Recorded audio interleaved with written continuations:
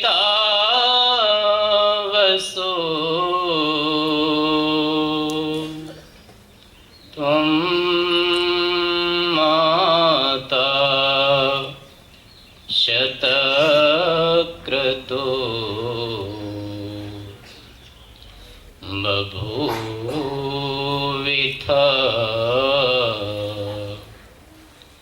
अधाते सुम्नमीमहे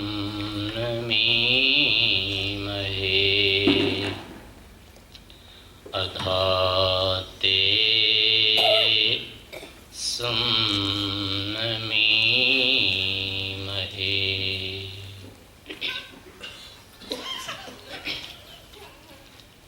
समुपस्थित मंचस्थ विद्वान मंडल, मातृशक्ति, उपस्थित मान बाबू, परम पिता परमेश्वर की असीम अनुकंपा से आज हम सभी लोग इस पवित्र वेला में आर्यवन की अपनी तीनों संस्थाओं के वार्षिक उत्सव पर उपस्थित हैं। सर्वप्रथम मैं आप सभी का इन संस्थाओं की ओर से अभिनंदन करता हूँ।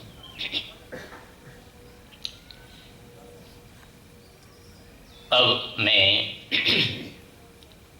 कार्यक्रम के अनुरूप आत्मोन्नति के लिए कुछ विचार प्रस्तुत करूँगा। किस प्रकार से हम अपने जीवन को ईश्वर के प्रति मोड़ सकें, निकटता लाएं।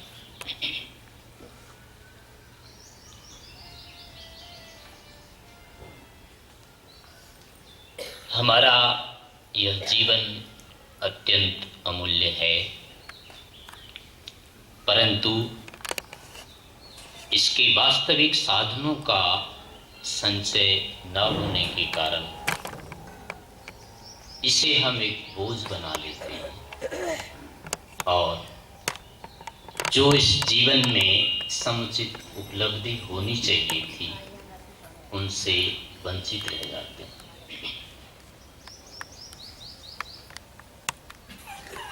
आगे की बात को ठीक प्रकार से समझने के लिए दृष्टांत लेकर हम चलते हैं। आप सभी की संख्या लगभग कितनी होगी?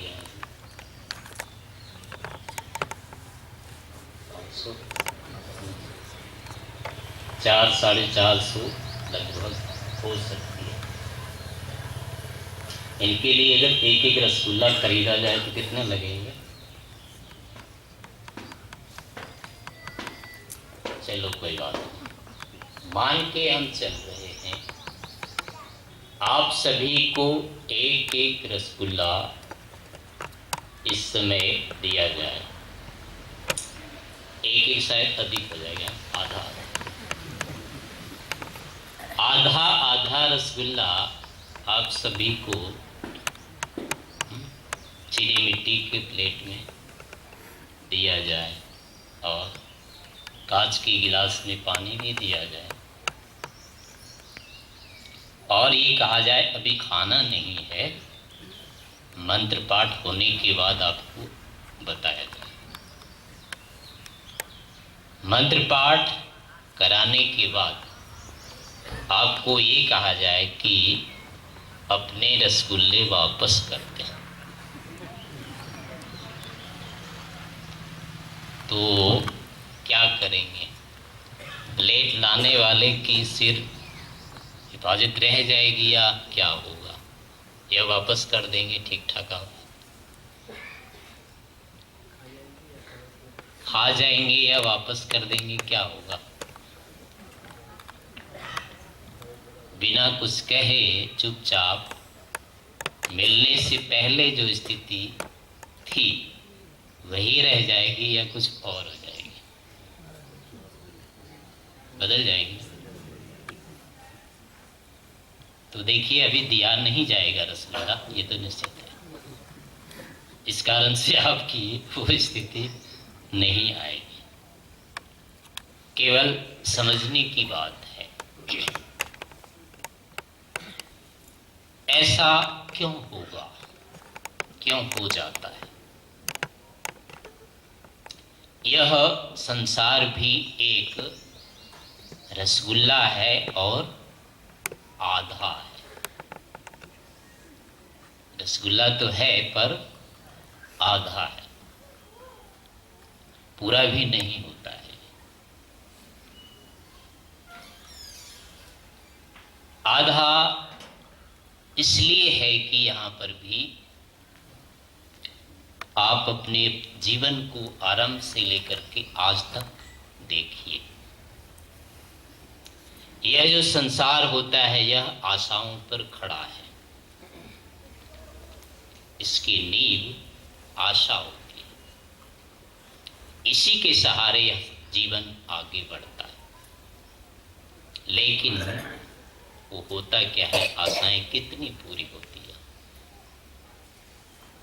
आधी से भी कम, उससे भी कम पूरी होती है। जीवन धीरे धीरे आगे सरकता जाता है और आशाएं अपने आप मिटती जाती है। संतोष करते जाना पड़ता है, अपने को ही हर प्रकार से नए नए प्रकार से आश्वासन देते जाना होता है। यह वह संसार है जहां इतना बड़ा सूरज रोज उगता है, लेकिन प्रतिदिन अंधेरा भी होता है। दिन में जितना यहाँ प्रकाश होता है, रात में उतना ही अंधेरा भी हो जाता है और इसको बदला नहीं जा सकता है। प्रकाश केवल रह जाए, अंधकार नहीं आएगा यहाँ, ऐसा किसी प्रकार से भी संभव नहीं। संसार का यह वास्तविक स्वरूप है। कोई भी जीवन इससे पृथक नहीं हो सकता है। जैसे यहाँ प्रकाश आता है, जीवन में भी अनेक प्रकार के सुख आते हैं, लेकिन जीवन को दुख से रहित नहीं किया जा सकता है।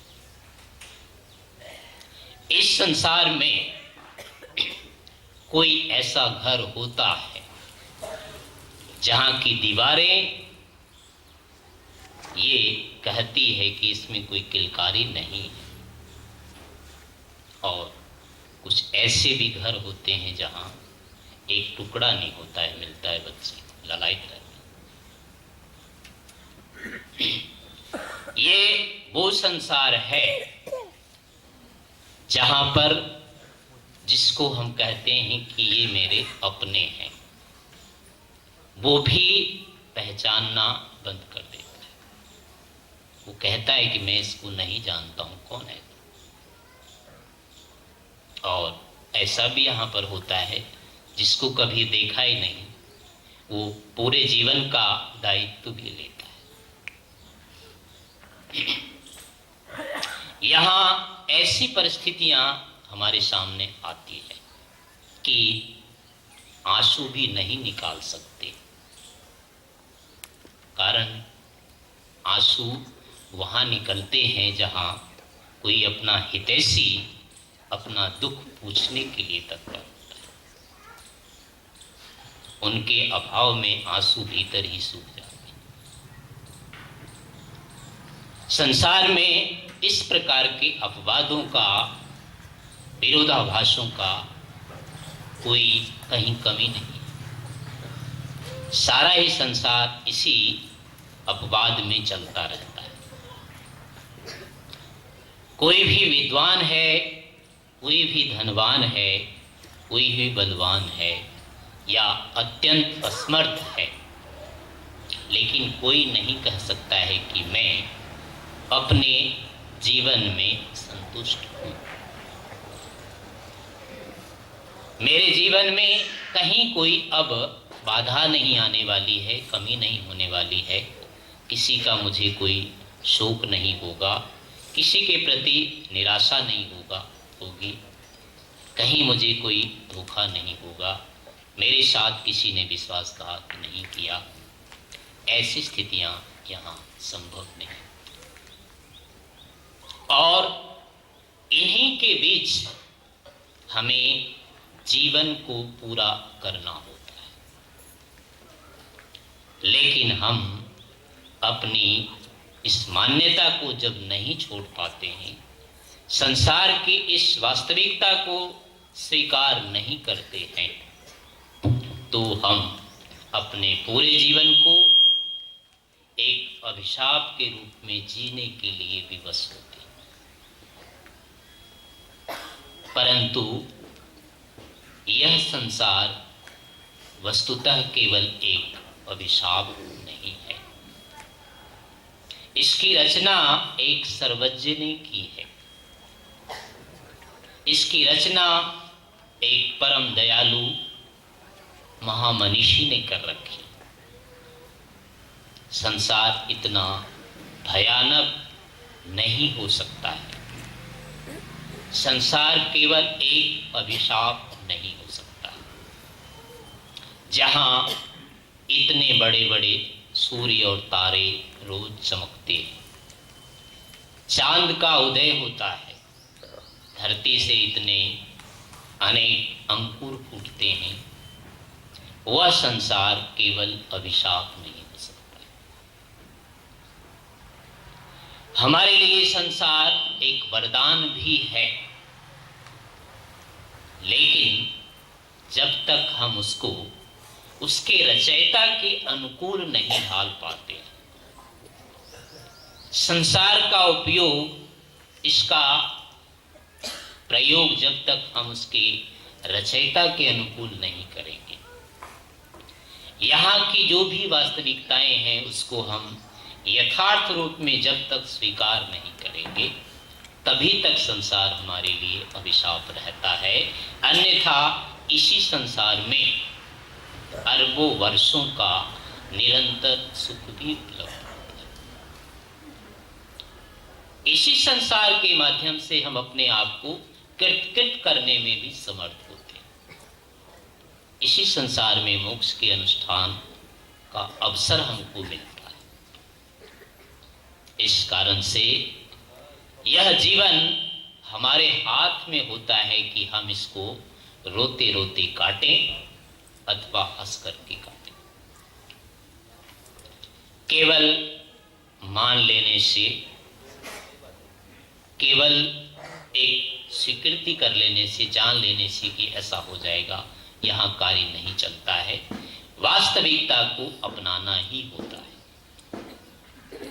वास्तविकता यही है, जब तक हम संसार को प्रधान मान करके चलेंगे, संसार को अपना जीवन का उद्देश्य मान करके चलेंगे, तब तक सारी आशाएं अधूरी रहेंगी, सारे स्वप्न अधूरे रहेंगे ही। विश्वासघात होगा, जीवन में हो सकता है संपूर्ण काल के बीतने पर भी एक मुस्कान नहीं आएगी, ऐसा सब कुछ संभव है। लेकिन अपने जीवन को यदि कृतकृत करना चाहते हैं तो यह भी यहाँ संभव होता है। कारण यही है कि हमें इस संसार की वास्तविकता को समझना होता है और उसे स्वीकार करना पड़ता है। संसार में ऐसा इसलिए होता है क्योंकि यह अधूरा है, अपूर्ण है। इसकी जो भी उपलब्धियां होती है हमारे लिए सदैव अधूरी होती है। जो हम आज नया वस्त्र पहनते हैं, एक बार धोने के बाद यह पुराना हो जाता है। पूरा जीवन लगाने के पश्चात एक मकान को हम बनाते हैं, लेकिन मकान पूरा बनने के बाद हमको लगने लगता है कि कुछ कमी रह गई और उसको पूरा नहीं कर सकते।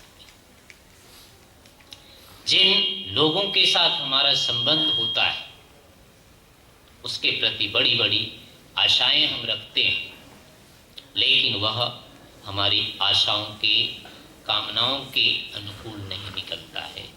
अगले ही दिन उसके साथ हमें समझौता करना पड़ता है कि यह तो ऐसा ही रहे।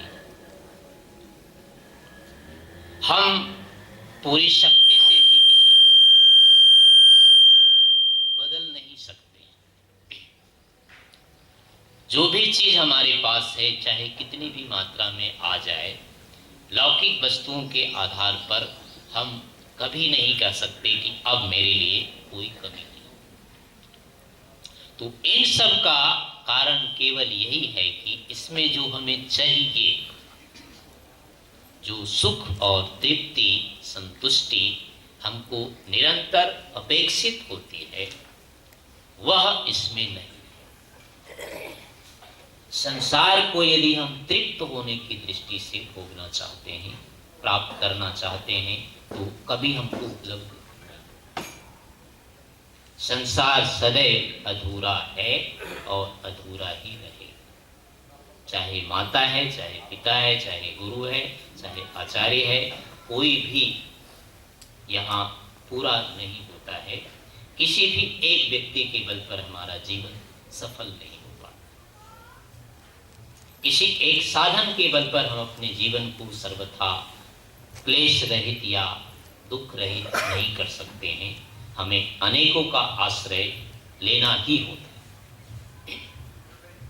इस कारण से जब तक हम इस संसार को ऐसा मान नहीं लेते हैं कि हमारे लिए यह अपूर्ण है, हमारे लिए यह अपूर्ण है, अपेक्षित नहीं है, तब तक हम इस अपवादों से, इन बाधकों से अपने आप को बचा नहीं सकते।